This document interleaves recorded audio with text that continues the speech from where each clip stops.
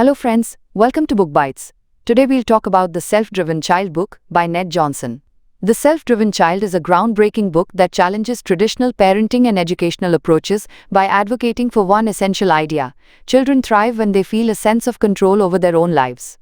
Written by Dr. William Stixrud, a clinical neuropsychologist, and Ned Johnson, a test prep expert, this book combines scientific research with real-life experiences to deliver a practical roadmap for raising emotionally strong, self-motivated, and resilient children. In today's fast-paced, high-pressure world, many kids feel overwhelmed by expectations and constantly micromanaged by adults. This leads to anxiety, lack of motivation, and emotional burnout. The authors argue that giving children more autonomy paired with warmth, empathy, and guidance fosters better mental health, improved academic performance, and lifelong confidence. Instead of acting like bosses who command and control, Stixrud and Johnson suggest that parents should become non-anxious consultants. This means being available for advice, offering guidance, and providing a safe emotional space without taking over the child's responsibilities. The book emphasizes that kids who learn to make decisions early develop stronger executive function, greater problem-solving skills, and healthier stress responses. The authors explore how giving children a sense of agency affects their sleep, use of technology, school experiences, and overall happiness. Backed by neuroscience and psychology, their message is clear: control is not about letting kids do whatever they want, it's about letting them experience choice, voice, and consequences within supportive boundaries. Let's explore the concepts of the book, breaking them down point by point and refining the explanation to ensure clarity and precision. Point 1. Why a sense of control is essential for healthy development. One of the most fundamental lessons in The Self-Driven Child is the power of control, specifically the perceived sense of control that a child feels over their own life. The authors emphasize that this isn't about complete independence or letting children make every decision, but rather about fostering a belief in children that they have agency and their choices matter. Numerous psychological and neurological studies cited in the book show that when people feel in control of their lives, they are less stressed, more motivated, and perform better in school, work, and personal life. The authors explain that a lack of perceived control is one of the most damaging psychological stressors a person can face. Children who constantly feel like decisions are made for them, whether by parents, teachers, or institutions, often develop anxiety, depression, and a lack of motivation. Conversely, when kids feel that their actions and choices influence outcomes, they are more likely to stay engaged, confident, and resilient. The book uses the analogy of parents as consultants rather than bosses. A boss tells the child what to do and how to do it. A consultant, however, offers advice, asks guiding questions, and supports the child in making their own choices. For example, instead of saying you need to study for 2 hours tonight, a consultant-style parent might say, how do you want to prepare for your test tomorrow? What's your plan? This shift builds executive functioning skills, the brain's ability to manage time, plan, and make decisions. These skills are critical for long-term success and emotional well-being. Giving kids small age-appropriate choices such as what to wear, when to do homework, or how to handle a disagreement helps them practice managing real-life responsibilities with a safety net. Crucially, offering control must come within boundaries. Parents still provide structure, guidance, and consequences, but in a way that respects the child's developing autonomy. When this balance is struck, children feel empowered rather than controlled, supported rather than smothered. In summary, a strong sense of control helps kids become self-driven, motivated, and mentally healthy. It teaches them to believe in their own capacity to navigate the world, an essential life skill for thriving in both childhood and adulthood. Point 2. Becoming a non-anxious consultant.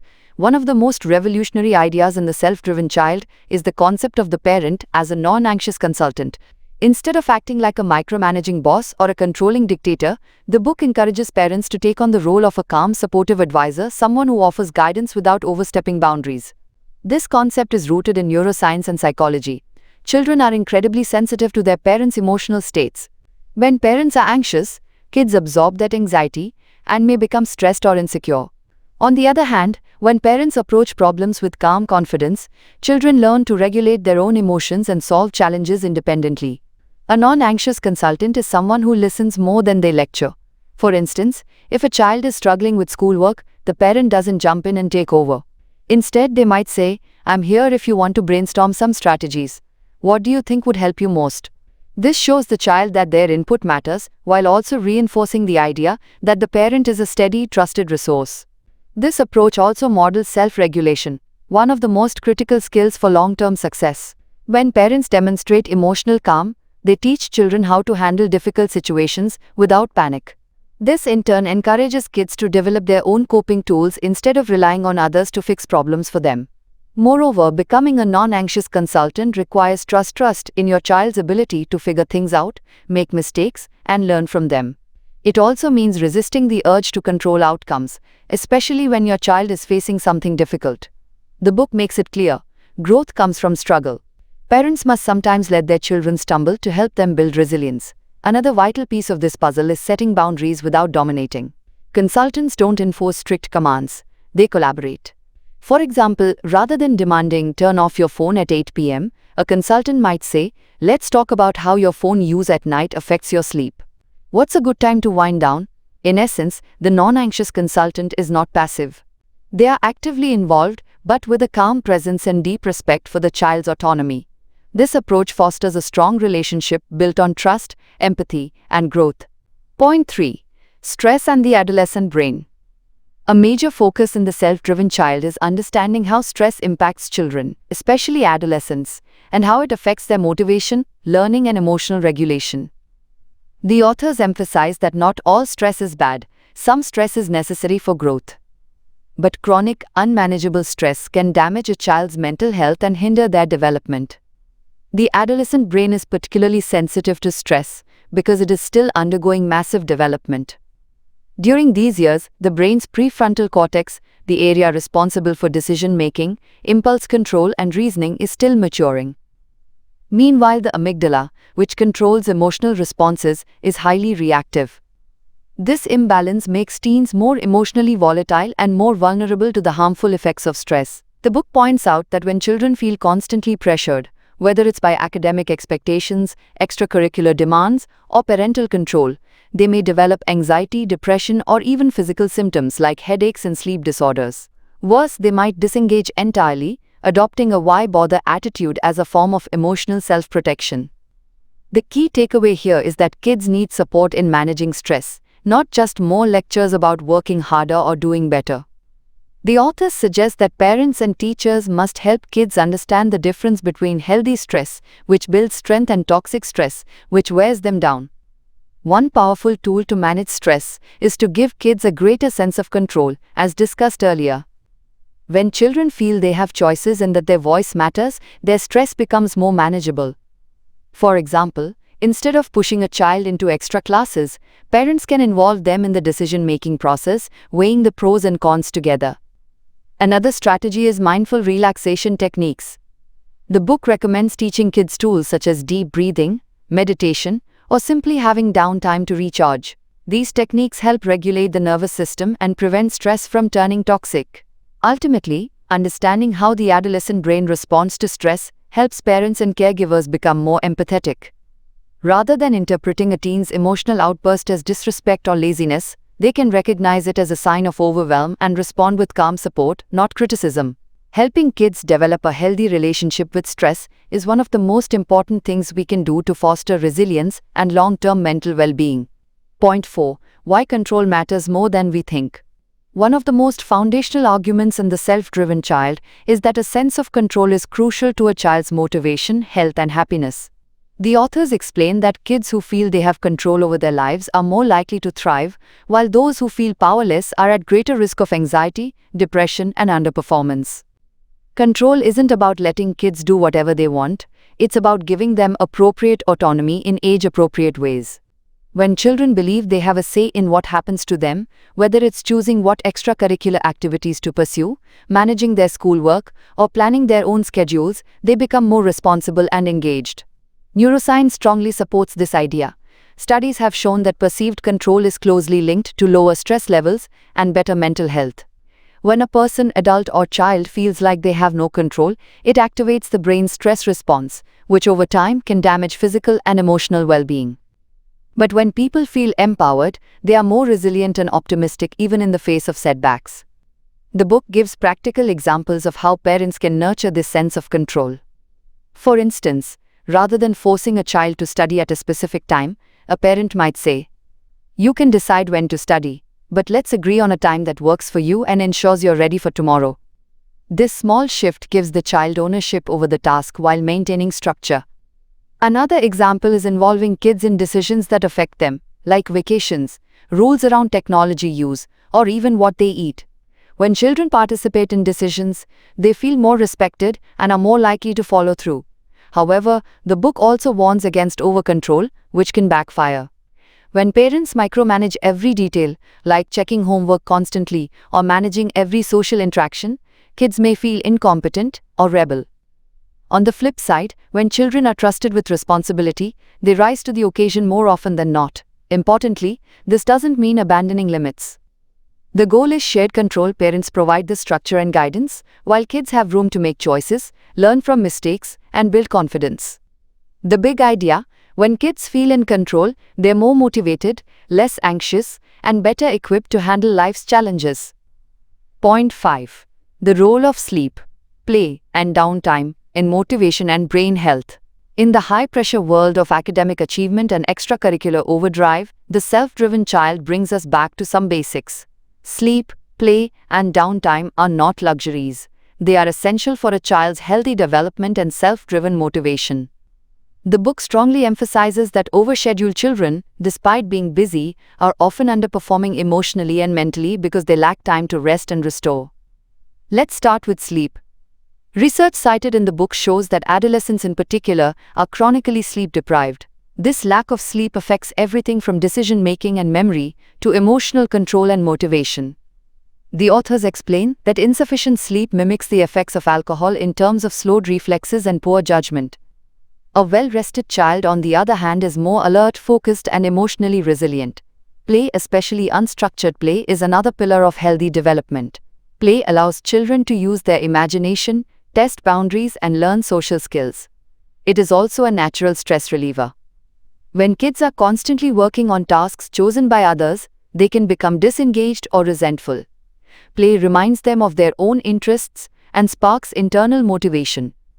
That's the kind of energy that fuels curiosity and drive, things that no amount of adult pressure can create. Then there's downtime, quiet, unproductive time, where nothing specific is expected. This is essential for creativity, reflection, and emotional processing. The brain needs space to integrate learning and reset emotionally. Without downtime, kids can become mentally exhausted and emotionally overwhelmed. The book points out that boredom is not a problem, it's a signal. It can push kids to explore new ideas or interests on their own. The authors are not suggesting that academics don't matter, but rather that well-being fuels achievement.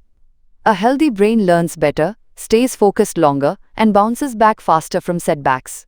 As parents and educators, we often focus so much on pushing kids to succeed that we forget to protect their time for sleep, play, and rest. Ironically, these non-productive times are what make productive learning and real motivation possible. In short, if we want children to be self-driven and mentally strong, we must prioritize the things that keep their brains and spirits healthy, and that includes turning off the clock sometimes. Point 6. Embracing the non-anxious presence, parenting with calm and confidence. One of the most powerful insights from the self-driven child is the importance of being a non-anxious presence in your child's life. In a world filled with pressure from academics to peer competition, children don't need another source of anxiety at home. Instead, they need parents who radiate calm, confidence, and trust in their ability to figure things out. The authors explain that children take emotional cues from the adults around them.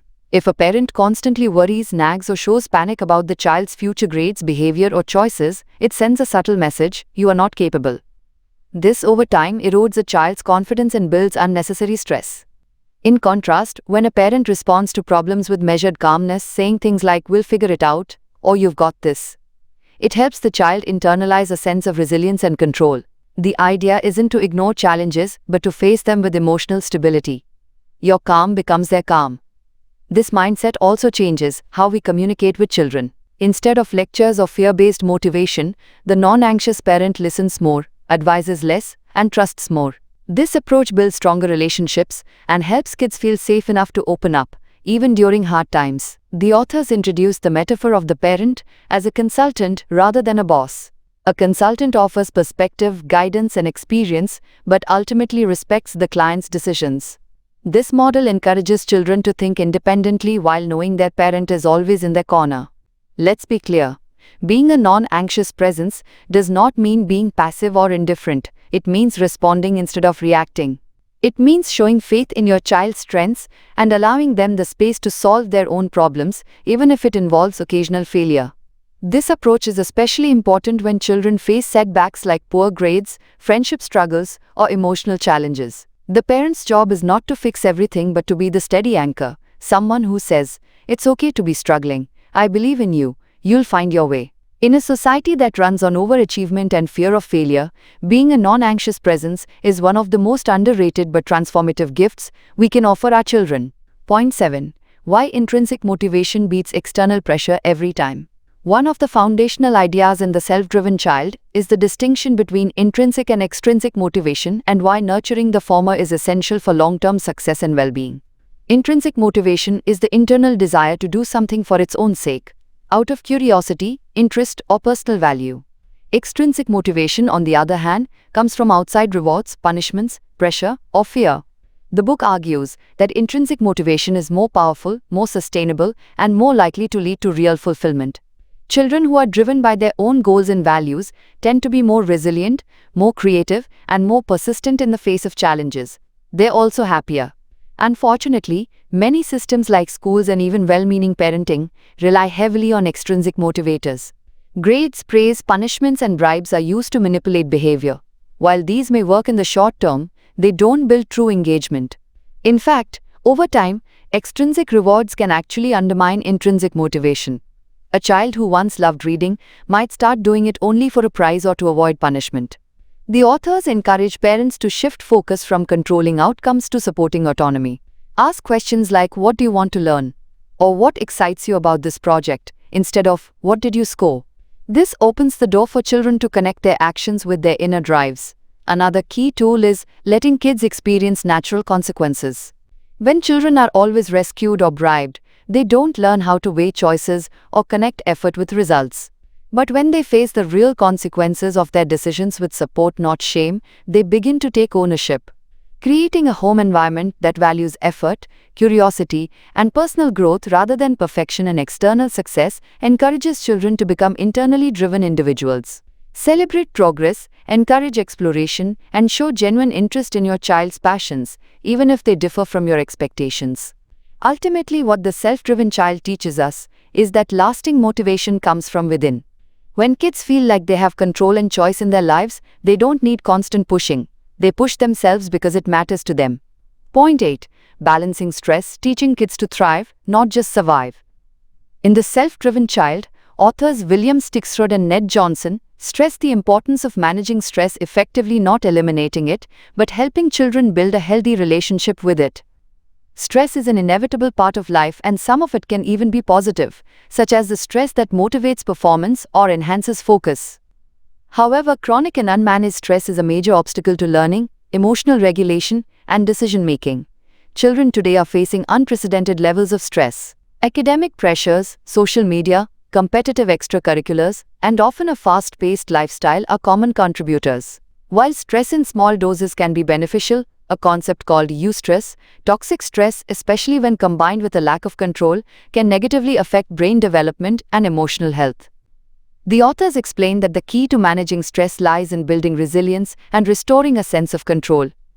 When children feel that they have control over their lives and their choices, they are better equipped to handle stressful situations. The brain interprets stress differently when a person feels in control versus when they feel helpless. One way to help kids manage stress is by modeling calm behavior ourselves. If parents react with anxiety or urgency to every problem, kids learn to do the same. But if we respond with perspective and steadiness, children absorb those emotional cues. Another method is to teach and encourage self-regulation strategies: deep breathing, mindfulness, physical activity, sleep, and downtime. Moreover, children should be encouraged to listen to their bodies and recognize signs of stress, early tight muscles, irritability, fatigue, so they can take steps to reset before it becomes overwhelming. Sleep and unstructured time are not luxuries, they are necessities for a child's nervous system to reset and process. Schools and parents sometimes make the mistake of piling on support in the form of tutoring, practice, and pressure, thinking that more is better. But if the child is already burnt out, these efforts backfire. Sometimes, the best support is permission to rest. The self-driven child reminds us that it's not about creating a stress-free life, but about teaching kids to respond to stress in ways that make them stronger, more adaptable, and more confident in the face of life's challenges. Point 9. Sleep, the ultimate performance enhancer for growing minds. One of the most crucial yet often underestimated themes in the self-driven child is the importance of sleep.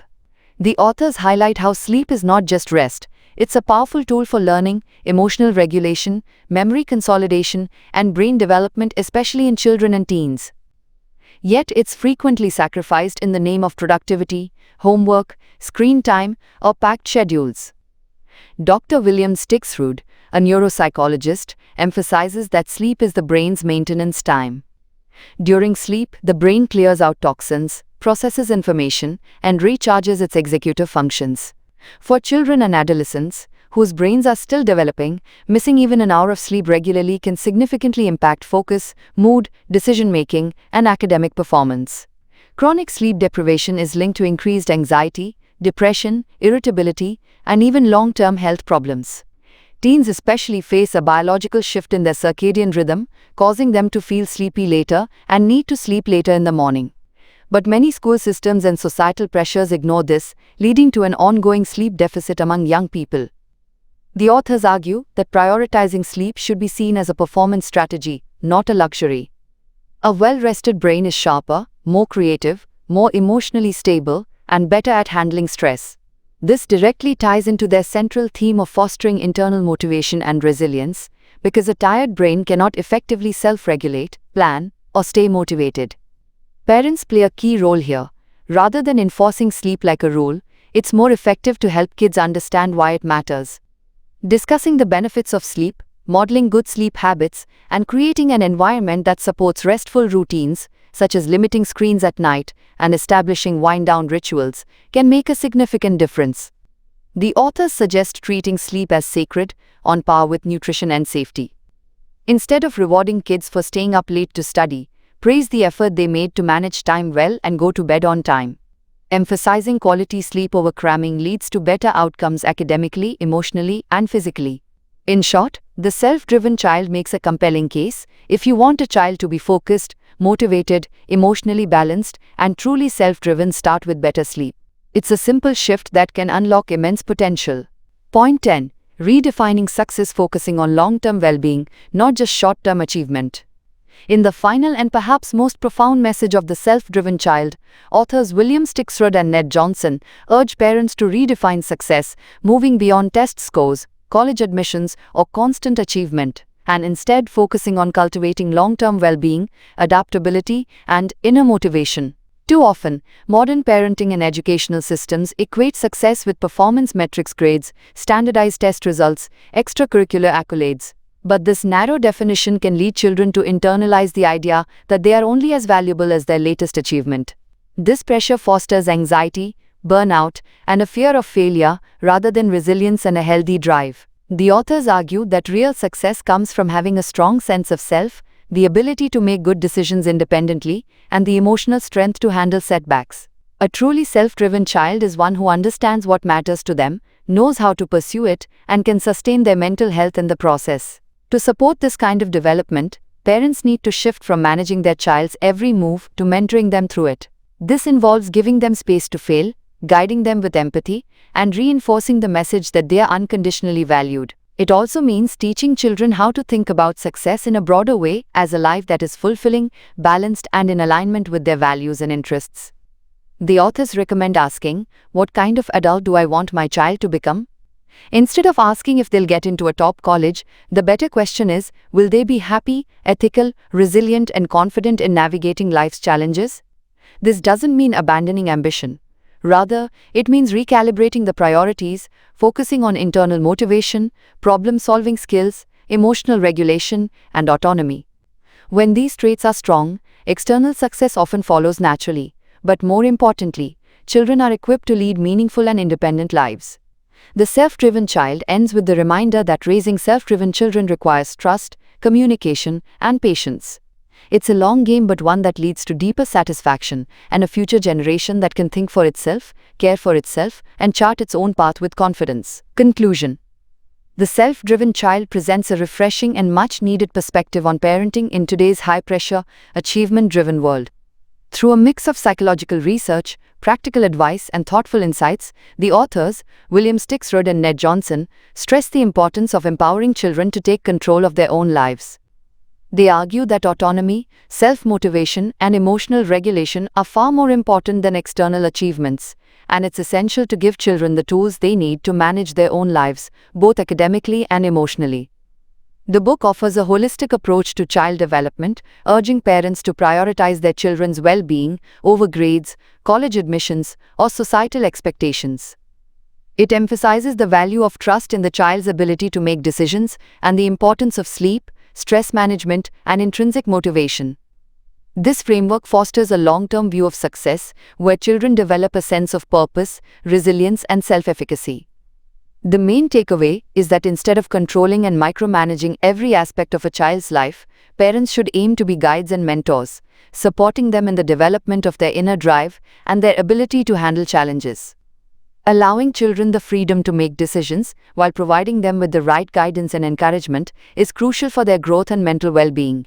Ultimately, The Self-Driven Child is a call to action for parents, educators, and caregivers to adopt a more balanced and empathetic approach to raising children. It encourages a shift from a narrow achievement-oriented mindset to one that values emotional health, self-awareness, and lifelong learning. In doing so, we can help children grow into independent, resilient, and happy adults, equipped to navigate the challenges of the modern world with confidence.